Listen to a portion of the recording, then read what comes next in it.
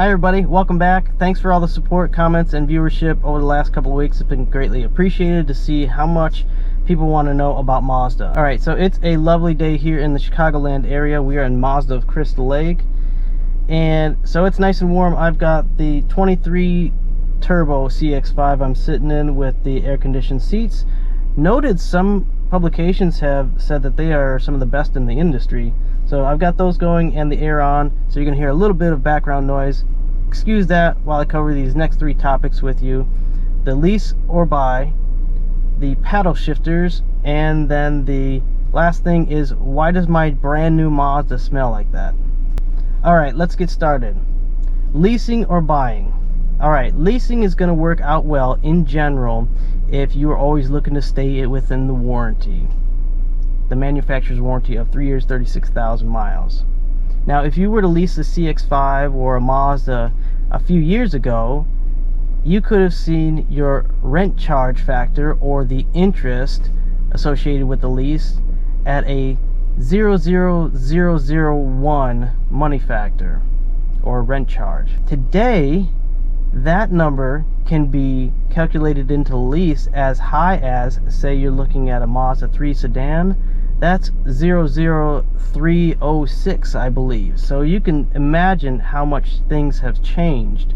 So if you're looking at leasing or buying in today's climate or market on your Mazda product, a savings of probably $60 to $70 is only going to be had, to whereas a few years ago it might have been $100 or $120 a month savings when you lease versus purchased. So there can be a huge discussion here on leasing or buying. Some people don't want to lease because they think they never own it, but if you carry a loan for 5-6 years, you don't own it till 5-6 years either, because the bank carries the loan.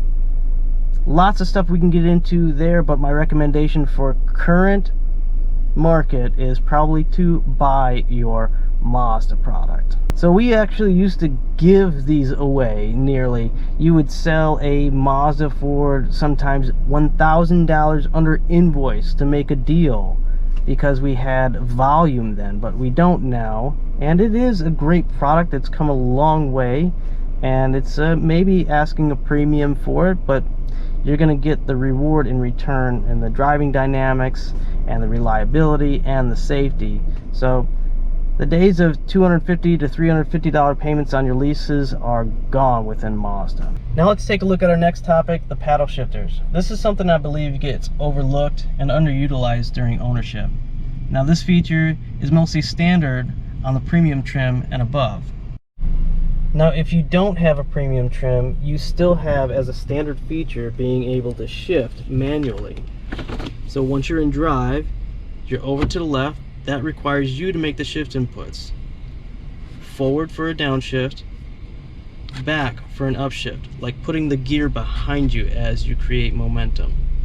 You can increase acceleration by using the sport mode, and you can do this anytime during your drive. Let's say in a scenario you were in manual mode and you completely forgot you were. It will automatically kick down and switch to a lower gear to get you faster accelerating. Even though you're in manual mode, as a safety precaution, it will let you accelerate and automatically downshift to a lower gear. So when you're equipped with a 6-speed automatic that's shiftable, like this is, I use it all the time, or my paddle shifters.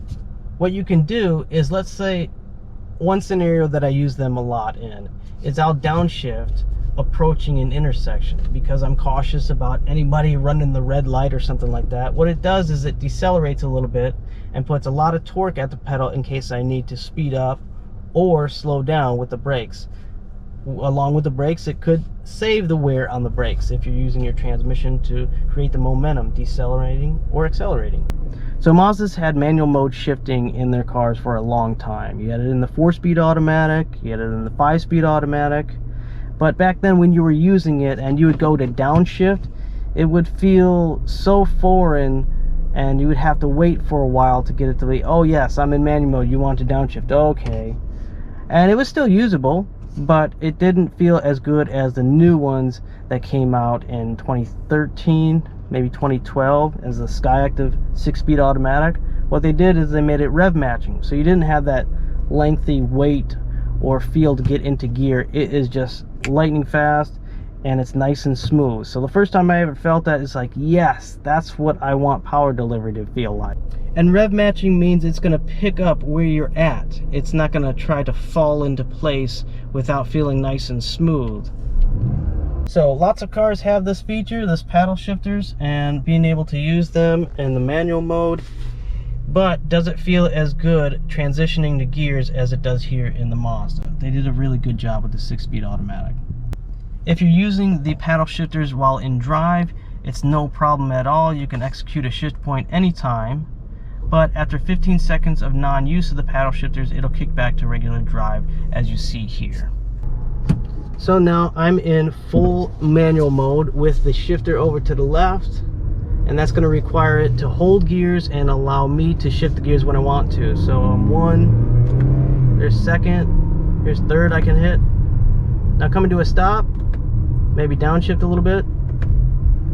If it can't do it, it won't do it. So you're not going to hurt it. And you've got a 5-year 60 for the powertrain. The next and last topic to cover with you in today's video is the break-in period for your Mazda. If you were to read the owner's manual, you might find that it says there is no real break-in period, but what they suggest is that for the first 600 miles, you don't use the cruise control, so you don't peg it at a consistent speed for a very long time. And then with the 600 miles within that range, you don't want to also high rev the engine. Avoid hard stops if you can.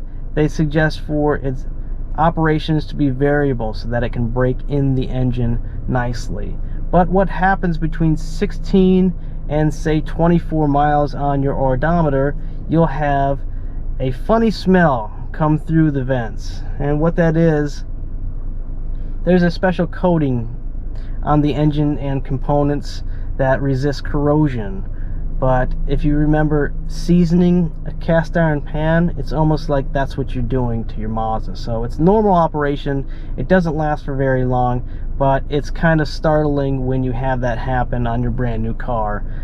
What I suggest is maybe if you get it within that mileage, you're going to experience that, but you can roll all windows down, let it run for a while. It'll only happen once and go away. But sometimes if you park it in the garage, it's your brand new car, and you smell something like burning, that's most likely what it is. Just the break-in period of your new Mazda.